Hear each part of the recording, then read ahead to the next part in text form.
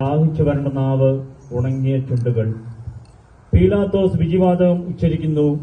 കുറ്റമില്ലാത്തവൻ കുറ്റക്കാരനായി വിധിക്കപ്പെട്ടു, എങ്കിലും അവിടുന്ന് എല്ലാം നിശബ്ദമായി സഹിക്കുന്നു.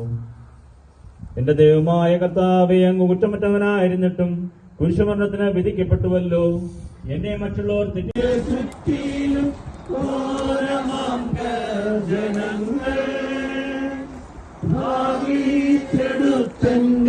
വസ്ത്രങ്ങളെല്ലാം പാപികൾ വൈരികൾ. നിൻ കണ്ണുനീരാൽ കഴുകേണമെന്നിൽ പറയുന്ന മാലിന്യമെല്ലാം. നാലാം സ്ഥലം, ഈശോ വഴിയിൽ വെച്ച് മാതാവിനെ കാണുന്നു. ഈശോ